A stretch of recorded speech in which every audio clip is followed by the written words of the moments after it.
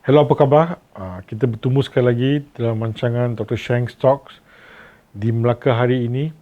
Tajuk perbualan kita pada hari ini ialah tajuk yang cukup menarik dan cukup biasa dilihat di kalangan masyarakat kita, masalah pembuangan najis berdarah. Bila kita cakap tentang pembuangan najis berdarah ni, maksudnya ialah bila anda membuang najis itu, ia berlumuran dengan darah atau hanya berdarah saja. So, darah ni ada dua jenis lah. Pendarahan yang merah cerah, yang mungkin disebabkan oleh masalah buasir atau fissionus yang berlaku biasanya di tangkal tubuh kita, atau pembuangan najis yang berwarnanya berlainan sikit, macam warna merah gelap atau kita panggil dalam warna bahasa Inggeris maroon. Ini mungkin disebabkan oleh masalah yang boleh berlaku di bahagian usus besar kita lah.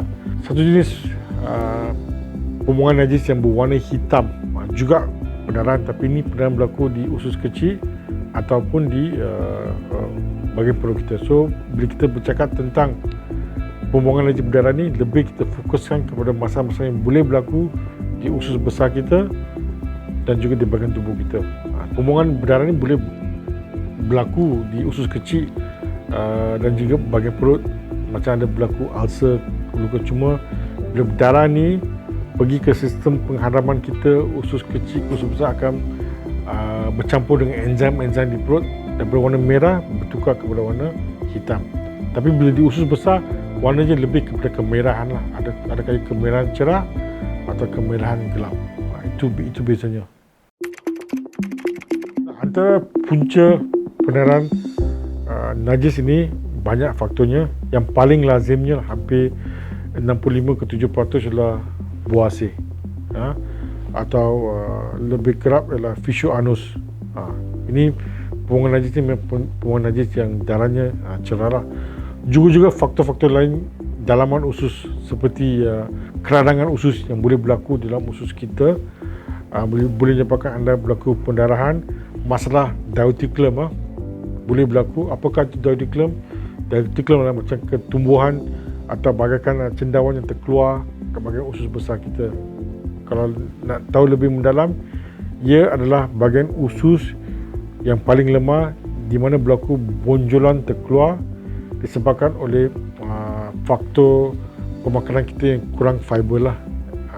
Kalau ini berlaku dalam jangka masa yang panjang, ia lebih kerap dilihat pada golongan 60-an ke atas. Masuklah masalah diverticular disease ini, diverticular disease. So ia boleh menyebabkan pendarahan diverticular disease ini.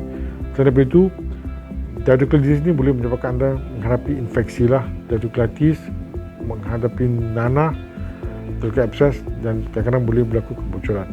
Selain daripada itu, polip-polip yang besar boleh menyebabkan anda berlaku pendarahan dalam usus kita. Macam polip yang besarnya lebih 2 cm boleh menyebabkan anda mengalami pendarahan dalam usus besar kita. Juga masalah ulcer di tangkal tubuh kita, di rektum kita, di mana anda selalu bersembelit dan pendarahan, ada kesan luka di bahagian tubuh kita. Ini menyebabkan ulcer tumbuh, kita panggil solitary rectal ulcer syndrome. Ini boleh satu faktor yang menyebabkan anda berlakunya pendarahan. Tapi secara lazimnya pendarahan ini yang paling kerap berlaku adalah disebabkan oleh buasir, hampir 65 ke 70%. Tapi ingat, bukan semua jenis pendarahan adalah disebabkan oleh buasir. Kolonoskopi adalah satu ujian yang dilakukan untuk melihat dalaman usus besar kita lah. Sebelum membuat ujian kolonoskopi ini, anda perlu buat penyediaan di dalam usus kita lah, di mana anda diberi ubat lawas sehari sebelum prosedur ini supaya membuang najis, supaya doktor yang buat skop ni nampak dalaman usus yang cukup bersih. Okey. Dan ialah banyak orang takut pasal kolonoskopi ni. Mereka akan katakan akan berlaku kesakitan. Tidak semestinya, sebab bila kita buat ujian endoskopi ni, kolonoskopi ni, kita akan bagi ubat tidur untuk pesakit. Pesakit akan rasa cukup selesa, dan selepas prosedur ni anda akan dibangunkan lah selepas prosedur ni. So memang tidak sakit. Okey. So apakah itu kolonoskopi? Kolonoskopi adalah satu fiber optic channel yang berhujungkan kamera, di mana kita akan melihat dalaman usus besar kita di dalam TV lah. Doktor melihat. So apakah doktor boleh lihat daripada skop ini?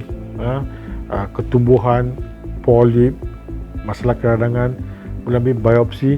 Kalau ada polip, kita akan keluarkan polip masa endoskopi ini. Ujian kolonoskopi itu bergantunglah kepada kesukarannya. Kadang-kadang ambil masa secepat 10 minit, kadang-kadang selama 40 minit.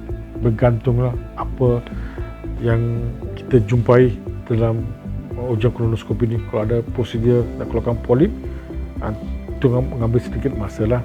Kalau tidak apa-apa masalah dalam usus besar, dalam jangka masa 10-15 minit boleh diselesaikan masalah ujian kolonoskopi ini. So buasi ni ialah unjuran yang terkeluar di bahagian hujung tubuh kita. Bila anda selalu meneran atau bersembelit, boleh berlaku buasi yang berlaku lah. Buasi ni ada dua jenis, buasi luaran dan juga buasi dalaman. Dua jenis. Dan buasi ni adalah boleh digradekan dengan 4 grade dah. Grade pertama sampai grade keempat. Apakah tu grade pertama? Grade pertama ialah pendarahan yang berlaku tanpa apa-apa unjuran yang terkeluar daripada tubuh. Grade kedua ialah bila anda membuang najis berdarah dan ternampak unjuran terkeluar di bahagian tubuh, tetapi ini dapat dimasukkan dengan sendirinya tanpa anda perlu memasukkannya. Grade ketiga ialah bila berlaku pendarahan, unjuran terkeluar, anda terpaksa menolaknya sendiri. Ini grade ketiga. Grade keempat memang tidak boleh dimasukkan lah. Anda cuba menolaknya pun secara fizikal susah. So apakah rawatannya? Biasanya rawatannya grade pertama, grade kedua kita galakkan cara hidup yang sihat lah. Jangan bersembelit, makan makanan bersirat, minum banyak air, mengamalkan tabiat tidak mengambil masa lama untuk membuang najis di bilik air, toilet training, makan ubat-ubatan boleh. Tapi grade ketiga, grade keempat tu memang terpaksa dilakukan pembedahan sebabnya unjurannya telah prolapse, terkeluar.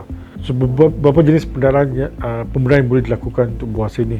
Antaranya ialah stapler, hematopaxy, Doppler ligation hemorrhoid artery, kita guna laser sekarang, dan juga cara tradisi potongan buasi inilah. Inilah rawatan yang boleh dilakukan untuk buasi ini. Tapi anda perlu ingat, setiap masalah buasi ini adalah akan dirawat mengikut individu berkenaan. Tidak akan ada sama pembedahan untuk satu pesakit yang cukup bulanan. Kalau buasi terlalu besar yang terkeluar, external hemorrhage, kita memang lakukan pembedahan yang lebih biasa dilakukan open hemorrhectomy lah.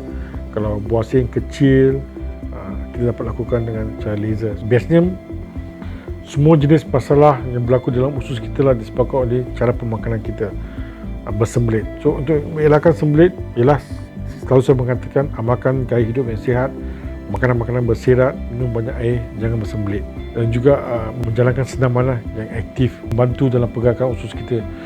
Juga jika anda ada kencing manis, anda perlu ingat anda boleh menyebabkan masalah sembelit berlaku dan menyebabkan pembuangan najis berdarah berlaku.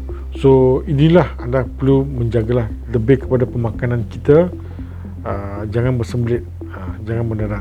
Itu paling mustahak.